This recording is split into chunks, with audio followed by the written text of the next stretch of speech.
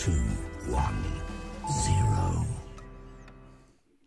Hi, everybody, and welcome back to yet another cracking installment of the Matt Brown Show. This is the Built in New York series where I'm connecting you, my audience around the world, to people doing rad shit. And one of those people I'm very pleased to introduce you all to is the founder and CEO.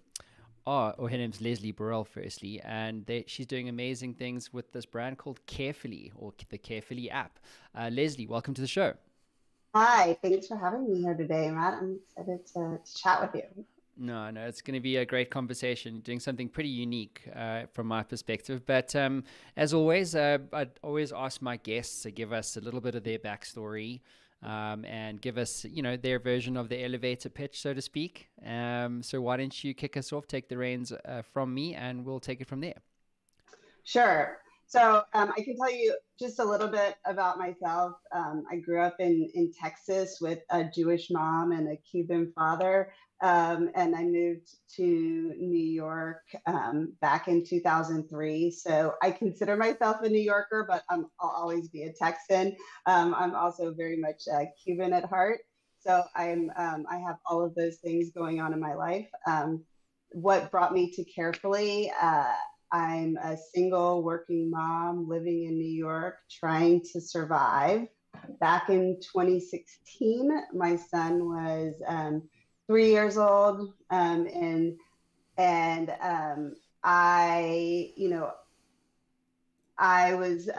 was sort of just at the age where he was starting to have independent play, and he was going to preschool. And I thought, okay, now I can get a break. Play dates are a great way to kind of get a break. And I remembered I didn't have a lot of friends with kids at the time, and I just remembered going over to kids' house and playing with them. And I didn't realize that play dates really entailed parents coming over and entertaining the parents while the kids were entertaining themselves. And so to me, as more of an introvert, that's not really getting the break that you need sometimes. And so I thought to myself, there really has to be a better way, a way for us to kind of remove some of that obligation and guilt that comes along with being a parent, where you feel like you always have to be there watching the kids and being there with the parents. And so coming from a background in technology, I worked in tech for 20 plus years. I kind of thought, okay, well, technology can solve this problem, and that's when I started working on Carefully. I was in between two jobs, and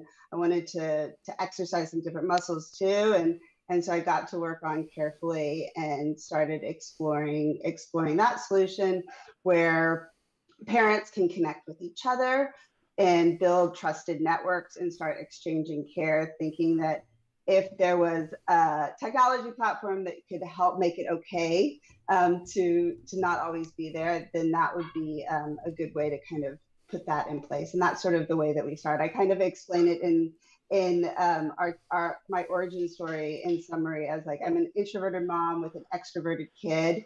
He always needs a play date and I always need a break. And that's sort of how it really started, was a side project for me. Sure. Amazing. I love the last line there about introverted mom with an extroverted child. Like that's friction right there, everyone. Yeah, it's interesting. Maybe before we get into like what you've built, which I think is really different, is to talk about some more contextual stuff. So, do you find like I'm married, of course, everyone knows. I got 2 kids, and my wife is constantly battling with guilt. Like you touched on it also, like you had this mom guilt. And oftentimes it stems from this idea of not being able to be with your children as a mother as much as you would hope, or expect yourself to be. And then the reason is because you're being pulled, you're stretched into other things. And there's many things that drive that. There's probably like the villain in the story here, which is when your mom is an entrepreneur also.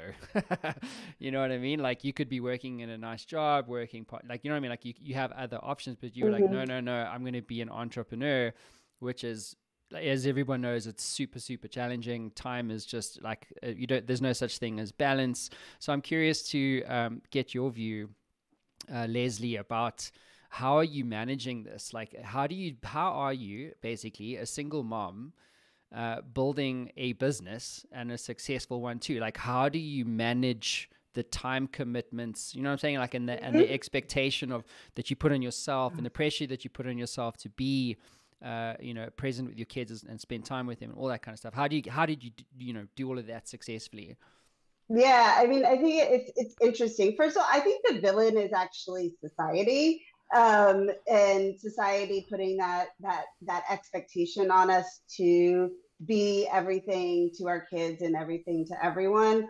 Whereas I think, this is my personal philosophy. Everybody is entitled to their own, but I think it's really healthy for kids to have their independence and not have their parents hovering over them all the time, and to see that I'm building a business and doing things and they have to figure things out. My son has to figure things out on his own sometimes. At the same time, a big reason that I ended up leaving my career in tech was because I wasn't being fulfilled. I wasn't getting what I wanted, and I wanted more time with him. So also made a conscious decision that while I'm building a startup, I'm not going to let it consume me, that I'm creating a life of balance. So, I have to check myself sometimes, that I make sure that I integrate my life with him and with my startup. I take him to soccer and I do things with him, and it's starting to, I'm juggling different things, but I think um, I've always kind of made those decisions from the day I brought him home from the hospital. I think people have always not understood how, as a single mom, I could, I go out with my friends, I take him with me. I never let him kind of change my life. I integrated him into my life, and that has allowed me to continue to have balance, but also made him take more responsibility for himself, sometimes I think more than other people. And then I still have the guilt sometimes, like, and I say it out loud. I like, oh, I'm a bad mom for doing those things, and I just try to verbalize it and acknowledge it and accept it and move on. Yeah. Well, congratulations, because the fact that you just decided and you stuck with it for as long as you have is all credit to you. So let's talk about the problem here. So, in your own words, what is the problem that Carefully solves for parents? Well, childcare is unaffordable, inaccessible, and complicated. That's sort of the core of it, right? We're spending nearly $100 billion on paid childcare today. They estimate we spend $3 trillion on invisible labor. That's all of the work that mostly women are doing to keep society functioning, at home, and just without getting paid for it, right? And it's still a very stressful thing just to organize care. And so Carefully is a platform for what I call the caring economy of tomorrow, that's helping families connect so that they can save money, they can organize community-based care, which is just exchanging care, swapping care circles, babysitting co-ops, and that they can organize it with ease through our app. It's a very user-friendly interface, and it makes that connection and that organizing very easy. So trying to, I guess, ignite that community spirit that is, I think, inside all of us. But I think especially in America, we've become a very individualistic society, although we do see sparks of it coming up when we need it. So through the pandemic, we saw mutual aid really rise up. Through Black Lives Matter, we saw people come together and fight. Unfortunately, it was because of very dire circumstances. But we know that communities can come together when they need to. And so this is another one of those situations where we're in a crisis with childcare, and we want to give communities the tools to hopefully come together and support each other, and then have have more power to drive change. So why is there a crisis? I mean, you mentioned we spend, $100 billion a year is spent on childcare. Seems to me like that's a lot of money to be going into a system, if you like, that is in a crisis. So why is it in a crisis? Well, I mean, I think it's been below the surface for a very long time, right? We haven't valued childcare, right? Because a lot of the reason is because it has been something that's been done in the home by women, and it's often done by people of color, and so it's just not valued the way it should be. I would say is a big part of the problem. I think the reason that it has come to the surface is also because of the pandemic. We had a lot of men at home seeing the crisis, seeing and feeling it, and I said this is not right. And so that's when people started realizing how bad the situation was. And it got worse because child care centers were closing down. People were not able to get childcare as much, but I think that it was always sort of in a crisis level, and now it's kind of boiled over, and that's part of the problem. Right. So curious to double down on some of the problem here. So would you say that the market opportunity is the $100 billion number? From your perspective, is that what you're kind of looking to capture market share within?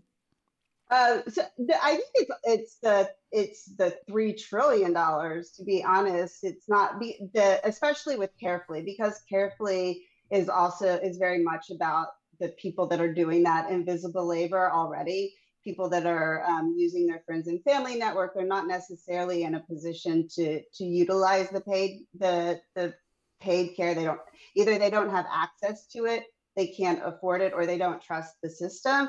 They're utilizing friends and family network, they're utilizing their relatives, or they're just taking care of it at home. So a lot of what we're looking at is that invisible labor, but we're surfacing it through the karma care hours. So we use a system of karma care hours to help people kind of stay in balance. So you earn karma care hours when you watch somebody else's kids, and then you can use those karma care hours to ask somebody else to watch your kids. And it's not really, we don't think of it as much as a currency, but much more to help people give and receive.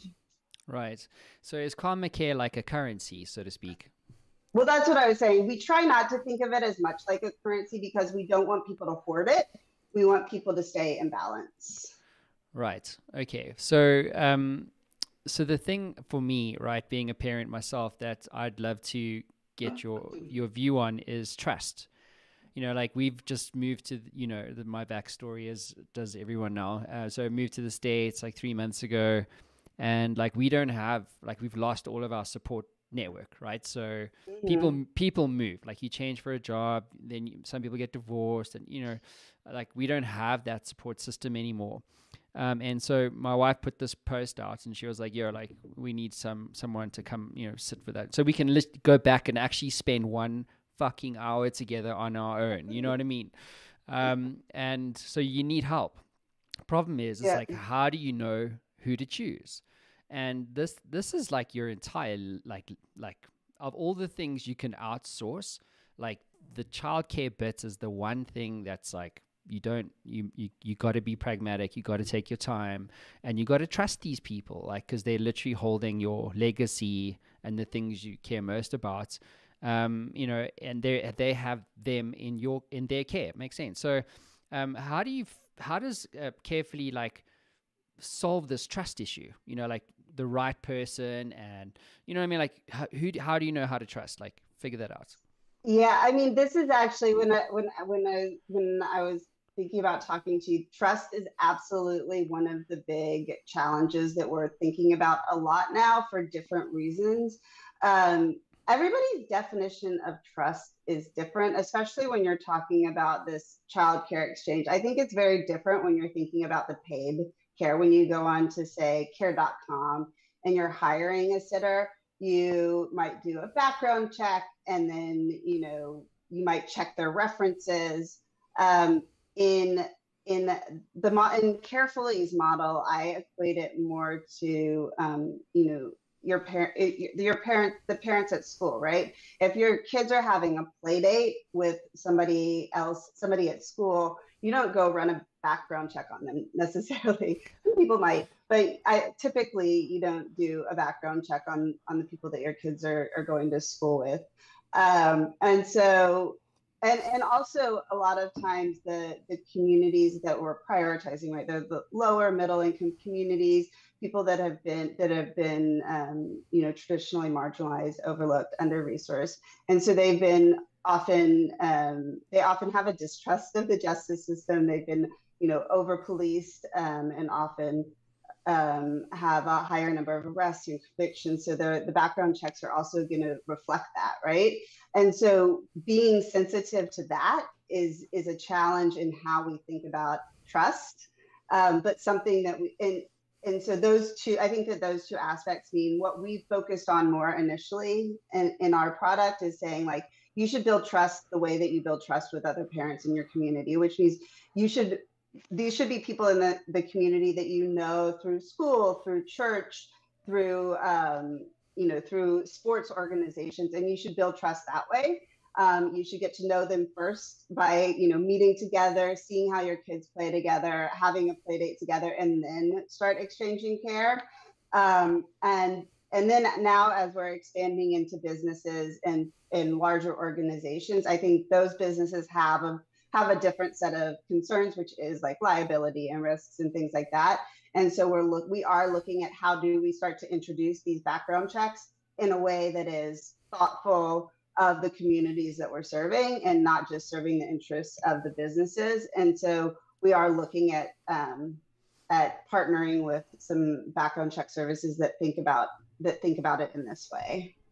So are you facilitating the ability for a parent to build his or her own trusted network in a city or a suburb that they reside in? And if that is the case, how does the app facilitate that journey? Yep. So they can go. So the way that and this is actually the way it started, right? As you go onto the app, you build your own group. So you can create a group, you get your own code for that group, and you share the code with people that you want to join that group. It can be either you can share a link to the group or you can just share a code and people can join with that code during their sign up process. And then you have complete control over that group. You're the host, you're the admin. Somebody joins that you don't want to join it, you kick them out, you change the code if somebody shares the code with people you don't want to do it. So you're kind of in control of that group. If you don't have a network, which is something that we heard from people, that were coming to the app, they were looking to meet people, which is not what we expected. We started creating ways for people to also meet people on the app, but in ways that are separate. So the app is not just an open platform like Facebook where you can just go in and you can kind of see everybody. You have your groups and nobody can see you unless you decide to open your profile to other people. So you can go to our hubs. We have city hubs in select cities. So like in New York, we have a city hub that's about 100 people. You go in there, people can access your profile and see who you are, and you can connect with people there. And we kind of put a disclaimer in there that says like, hey, this is a hub. You're going to be sharing your profile with people in here, and you can connect and meet people. You can post and sort of have conversations either in the hub or connect with them one-on-one. But even when you want to connect with people, you have to like have a dual connection where both people accept to connect. So we have different ways, and we have a few different ways. You can also find people that are within 50 miles of you and connect with them. So we've tried to facilitate the one-on-one connections with people that want to do that. The primary way that we think about it is people are going in and they have a small network and they start to like invite people into their network too. So that's pretty cool. So it's kind of like there was I'm thinking about like the Dropbox story where they basically, once you registered a cloud account, you would be given like 16 free gigs and you would like gift it, you know what I mean? And like you gifted it. It was like that was a long time ago. Yeah, I know, but I'm using that story because it feels to me like it's almost similar. The mechanics right, that you're kind of, that you've designed and that you put into the app. Meaning, like, I'm going to send an app to, like, Caroline, and Caroline will get and then she signs that, you know what I mean? Like, and then so then the network effects opportunity starts to drive itself. So, obviously that brings your cost of acquisition down. Yeah. Was that something that you always intended to do, or and if it was, or even if it wasn't, like, how has network effects, the product mechanic side of things, actually driven adoption for you? So I'll be perfectly honest. I mean, I think we're still very early stage. I think that we're growing organically, but it's still not any kind of exponential growth. We haven't invested a lot in marketing, so it's very organic, and we're still working out some of the mechanics. I think we're starting to get there, but it's still slow. We have a few things that we're doing, and I think that I feel like we're trying to do a lot of different things. Like, we're trying to change the people's mindset and how they provide care, which is still something that people don't, that not everybody gets. A lot of people still come to the app thinking that they're going to find a babysitter. Helping them understand, like, that's not what the app is about, is like one part of it. We're also, trying to do this in a bootstrapped way without any kind of real venture capital. And then we're building this for, we're trying to make sure we're prioritizing the needs of sort of the lower middle income families. So we're just trying to do all of these things. So we're moving kind of slowly, I would say. So I think that we have good traction, but it's still slow. Mm-hmm. Well, that's what they say, like, you got to move slow to move fast. I think oftentimes, like, we want to scale so badly, like, we don't actually take the time to really think through, like, what's the best user experience and use cases for them. Yeah. And I also think it's hard with all the noise in the world about traction and exponential growth to not get intimidated by it sometimes. And that's why I also think it's important to talk about it. Like, I really am focused on building a sustainable business, right? And that's my goal. And so finding that slow growth before we, like, get to there. But I'm glad that you noticed that, because I do think once we get there, it's got those mechanics in there to grow. Mm-hmm. The fundamentals are there, right? And so that's something that I mean, for me, it's almost like you want to build it so that if you chose to raise money, you know what I mean? Like, you thought about what that story is and some proof points around, like, product-led growth as an example, or even just like the like the community driving the growth itself. And I think where I want to go now is this idea of, like, community activism, because that's really what this sounds like to me, in the sense of, like, I'm creating my own private network or my own private community, and I'm activating that in a way that develops trust and that solves a unique problem for me, meaning a play date for my child, or a care, like, or care basically for my children as a parent. So community activism, how important is that in your mind when it comes to scaling carefully? Yeah, I mean, it's even more fundamental, right? Because as I mentioned, I didn't go into this, but the whole structure of the company is that we're cooperative, right? So we haven't fully launched this concept yet, but the structure of the company is a co-op, so a multi-stakeholder co-op for those that know what that is, but will be owned by both. There will be opportunities for people in the community to join the co-op and have ownership in our platform, and for the people that work at Carefully to join the co-op. And so that means, instead of consolidating wealth, like with the VCs that invest in it, that the people that make us successful, which is the community, will have ownership in our platform. And then that means they have the ability to vote on the direction and make sure that we stay honest and true to the direction that we say and to the values that we believe in. And then they also get, as we become profitable, they get to share in those profits. And so that shared wealth is something that I think is really important, that we don't become extractive, like a lot of other platforms do. And in that co-op model, part of that too is being able to engage community leaders and community activists who want to join the platform and bring their networks on, knowing that what we're doing is creating shared wealth for their communities. Mm-hmm. So listening to you in that last little segment sounds to me like a decentralized autonomous organization, or a DAO, right? Right. Isn't it? Yeah. I mean, co-ops are a much more traditional, established version of a DAO, I guess, and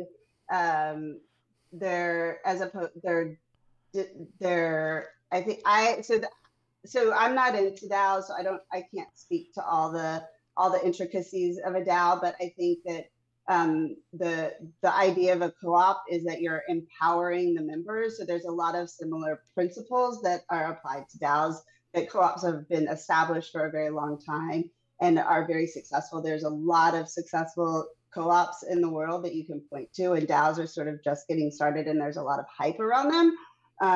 And so I kind of like to go down the path of co-ops, because I think it's sort of this tried and true path that has a lot of potential to continue to empower the workers and the communities, without kind of getting into some of the hype cycle of crypto and and all of those other things. Although there's some good stuff there, but is there? I'm sure there's some yeah. I don't know, man. I think like I said, I stay away from it. There's a mixture of stuff. There's some stuff with blockchain that I think is useful, I guess. That I think that from a technology perspective, there's some useful bits of blockchain. I think that crypto, I'm not super into crypto. But these things change, right? And I think now I think I would say the majority of Web3 startups are are looking for a problem to solve, and there's lots of languaging around the space to try and be different or whatever. But when you read it, like, no one understands. It's like, I don't get it, dude. Unless you're in the space. But I'm thinking about doing like a series called What the Web3 to actually figure out, like, okay, so in your case, if you take this DAO idea, like, you're not exactly far off. Like, I think if it became a need, or it became more like suddenly the world's there. Now it's like, well, shit, you've actually got like organizing principles in place around these cooperative communities, right? Like that are autonomous, make their own decisions, share in the profits. Like, those are all like systemic principles for Web3 value, right? Equally, speaking of communities, I had Gina Bianchini on the show. She runs Mighty Networks. That's actually a show you should watch. I actually did watch that. Did you watch it? That I watched? Yeah. Yeah, cool. Yeah. So so what she's doing, right? So their whole thing is around like community infrastructure software. Basically, that's what I would say that it is. And what they're doing is they're at the end of this year, they're releasing like token gates, like the tokenization of communities. Is she too early? Is she too like, we will see, time will tell. Yeah. But my point being is, like, she was the just community infrastructure software. Now it's like, well, hang on, there's this Web3 thing, so she's not like to do it. It's not like a huge departure from the core principles of her business.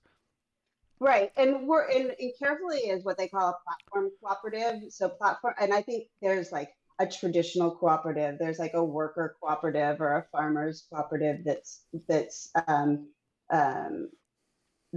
one end of the spectrum, and then there's like the DAOs that are on the other end of the spectrum, and we're a platform cooperative. So that just means like we're based on software, right? And so when you join the cooperative, you're really getting ownership in our platform, right?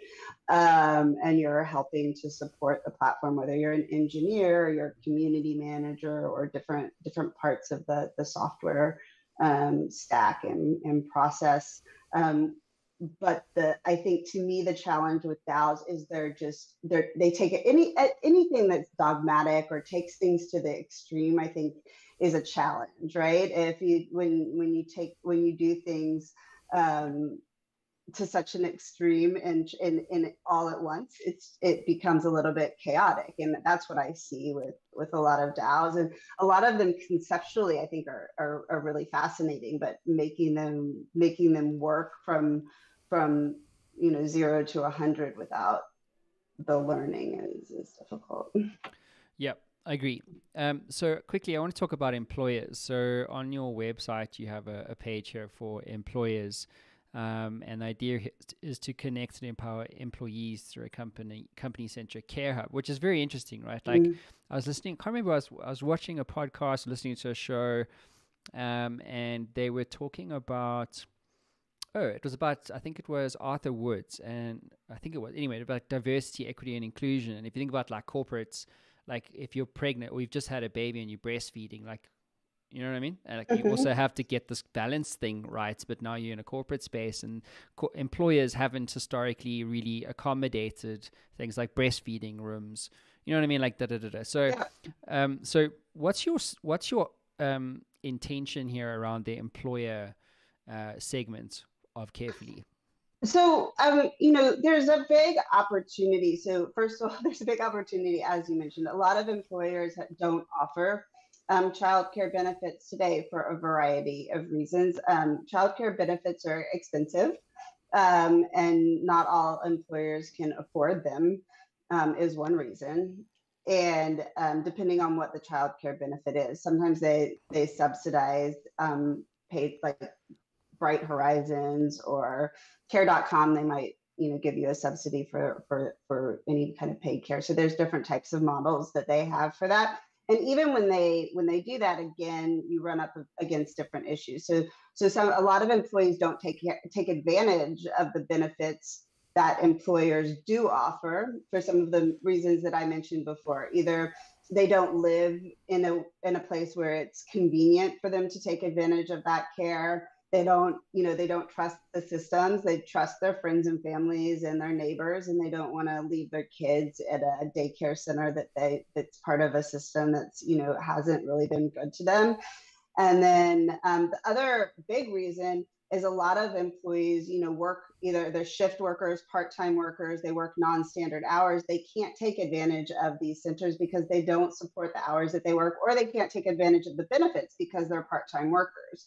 So the solution that we offer is a low-cost solution because it's really a software solution, right? It's a platform that's helping the employees connect. And but it's a start, right? It's a way for the employer to say, look, I care. I'm bringing this benefit in. I'm helping you organize, and then we, as Carefully, come in and help them get organized. Show them how they can set it up. Show them different ways of organizing. Help teach them about what is community-based care all about. How can you get organized? What does this mean? And I think both of those things are important. And also, even especially today, in where remote working is more prevalent, we see that a lot of employees are losing that connection with the company. And so by having this platform that's kind of connecting their employees more for various reasons, they're like that gives them sort of more connection back to their work. So there's a lot of potential benefits of just bringing in this kind of solution and getting employees engaged and saying, look, we care. Let's get this going. Let's give you some support. You can't use some of these other benefits, or we can't afford it, and then we can try to see how this is going to work for you all. Mm-hmm. Yeah, so one of the key things, statistics-wise, on your site, it's like 67% of working parents would be more loyal to their job if they were offered employer-subsidized childcare. And this conversation of like the workforce challenges, talent scarcity, lack of loyalty, quiet quitting, how to manage a distributed workforce. Some people want to work at the office, some don't give a shit, they want to be at home. And some people want to be in the middle, they want the flexibility of it all. And I was at a Vistage network meeting last week, and this whole conversation came up around workforce management in this new hybrid space. And I'm curious, that data point around loyalty, where did that come from? What research piece was that? Can you recall? So I'd have to go back and look at exactly where that data point came from. So I mean, there is, it came from one of the articles that, there are so many articles that come out about this every day. I was actually reading a study on my way over to talk to you. There was a study from McKinsey about all the women that are quitting the workforce because they're not getting enough advancement opportunities. They're not getting the wellness support. They were getting all the support through the pandemic, and then their employers, as soon as the pandemic was over, they pulled back.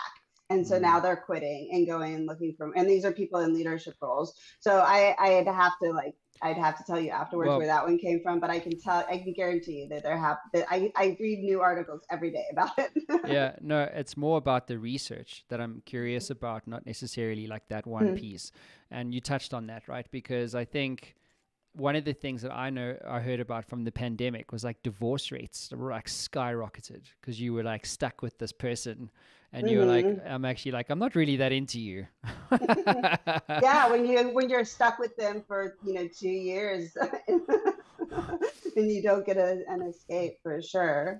But yeah, I mean, I think that also you realize that companies are taking a lot of performative action just to appease their employees, and then they think that they can get away with the bare minimum, and they're getting maybe called on it a little bit more, which is that's something that I experienced a lot when I was working in the corporate space, and it drove a lot of anxieties and stress and frustration for me, and all of the things that ultimately drove me out of the workforce, which is what the McKinsey study was talking about.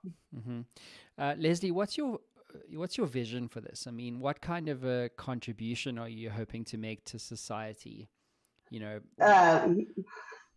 So there's my vision for the platform. The way that I think about it is I have this vision where parents can seamlessly move from organizing a play date within their personal network to signing up for after school care with a trusted local business, and then they can pick up a shift at their employee sponsored childcare co-op, so that everything happens on this platform. And the reason that this vision is important to me is that it starts with an appreciation for community-based care, but it's also this idea, in my personal experience, we have this huge cognitive load on parents today, where in order to do anything, you have to spend an inordinate amount of time researching, going from app to app and Google search to Google search, and you're doing it all on your own. And I think a lot of people are using platforms like Facebook that are not that great for families. And so I'd love to create a community that is supportive, that is sustainable, that is creating shared wealth, and that is reducing the cognitive load on parents. And that to me then also creates a safety net that's reliable and resilient, that can start to drive change for families, right? That has power, political power, right? And that's ultimately important for solving some of the problems in these communities. So it's big and it's deep. Yeah, it definitely is. Bring the power back to the parents, Leslie. That's what I say. That's the goal. So I want to have a bit of fun with you. So I want to give you the keys to the Matt Brown Show time machine. And if you could go back to day one when you're like, you know what, I'm going to do this thing, screw it. And you could give yourself one piece of advice about building carefully, what would that piece of advice be? What would that piece of advice be? Oh, that's a good one. So I think that, it took me a long time to get to this vision. Like I said, I was messing around with it for a long time. So if I knew then what I know today, and being able to get some of these community leaders involved sooner, that's what I would do. So I'm just now at the place where I'm starting to involve some like community leaders and developing my own community activism skills. Because my background is in tech, I very much started from the tech up, and now I'm going to the community activism side. And I think that I wish that I had more engagement from some of the community leaders that I know now. Yeah, I mean, and by the way, like your success here is quite interesting. I mean, you've got 6,000 users across 90 countries. You've got apps in Spanish, English, and Ukrainian. There's over 200 groups. I mean, it seems to me from that data point, like you're on the right track. Um, yeah, I mean, as a founder, you never think it's enough. That's kind of what I mentioned before. It seems very small to me in some ways, although we've accomplished a lot with a little resources. It's still, it's never enough. But I Yeah. also recognize how much it is. So just on that comment about never enough, like it's interesting for me because it sparks a question that I have, because you mentioned it earlier where you said a sustainable business. Do you feel like this is something that you would ever sell? If you, let's just say you reached, I don't know, 1 million users, say, and you're worth 10 million, would you sell it, or is this purely about you caring so much about this problem and this problem never going away? You know what I mean? Like you want to solve it better than anybody else. Ideally, be first, earn some kind of white space, get some value, and sell it or not. Yeah, I mean, so to me right now, I don't know how much, like, I don't know that it has more value than what I've invested in it. So, like, at some point, I think it will. Not that I've really invested that much, but I don't, I have a hard time seeing what people are going to pay for it. If somebody approached me, I'll always consider it. I'm a smart person. Somebody comes and offers me $10 million for it, like, I'm going to consider it. But I think, I also, like I said, my goal is also about giving back. Like I started down this path. Um, Sometimes when I talk about, I feel like a lot of times I sold my soul working in the corporate world, and I'm like buying it back carefully. And so like I really do want to give back through it. And so I want to make sure that whatever I do is accomplishing that goal. Like whether I solve childcare, whether I accomplish my mission, I would love to create a platform that gives back. And so if what we do is, end up selling it and the community is still in a better place, that's great. Or, so that's really my goal. Yeah. And I was going to ask you why you do what you do, but I think you kind of stole the answer from me. That's it. Yeah, it is. Well, look, Leslie, it's been a real privilege having you here. I think you're doing something different. And I think in a world of commoditized ideas and people and businesses and propositions and things like that, I think you're doing something different. And so that's a huge success for you. Over and above, by the way, the fact that you're doing this as a single mom. Thank you. No, I appreciate that. It means a lot. But we're gonna love you and leave you. Wishing you all the very best for the future. And yeah, I'm excited to see where you're gonna go. Thanks so much. Cheers, everybody.